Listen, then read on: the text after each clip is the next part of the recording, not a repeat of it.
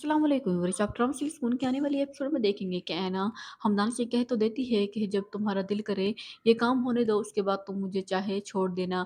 मगर यहाँ पर वो हमदान से ये बात भी कह ही देती है कि तुम मुझसे छोड़ने की बात तो कर रहे हो, तलाक देने की। अगर मैं तुम्हें से तलाक ना लेना चाहूँ तो वो यहाँ पर हमदान खामोश हो जाता है और वो हमदान से कह ही देगी कि मैं तुमसे मोहब्बत करती हूँ, क्योंकि तुम ही हो जिसने मेरा हमेशा से साथ दिया है, इसलिए अब मैं तुमसे कभी भी अलग नहीं होना चाहती। यहाँ पर हमदान रज़ा के पास जाता है और उसे कहता है कि तुमने उस मासूम सी लड़की की ज़िंदगी बर्बाद कर दी और तुमने सोचा भी नहीं कि उसके बाद उसके ऊपर क्या गुज़री होगी। उसके बाप ने उसके साथ कैसे सलूक किया, मैं उसे अपने घर ले आया।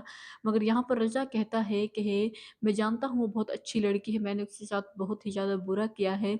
इसमें मेरी सारी गलती थी, मुझे उसकी ही सज़ा मिली है कि मैं जेल में हूँ और मुझे अब अपनी गलती का एहसास हो चुका है और मैं ऐना से माफ़ी माँगना चाहता हूँ।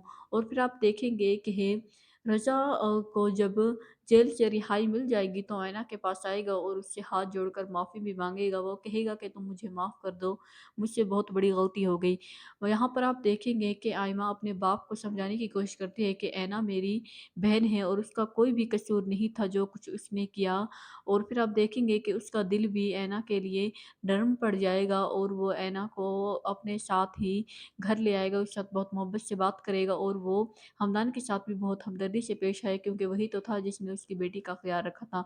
यहाँ पर शानची को भी अपनी गलती का एहसास हो जाएगा कि उसने गलत इंसान से मोहब्बत कर ली थी, क्योंकि वो तो पहले से ऐना से मोहब्बत कर रहा था। दूसरी तरफ आयमा का शौहर भी उसे आकर ले जाएगा और उससे माफ़ी माँग लेगा अपने किए हुए रवैये की, और क्योंकि उसने उसके साथ बहुत ही बुरा किया था। यहाँ पर ऐमा को भी उस पर तरस आ जाएगा और उसके साथ चली जाएगी।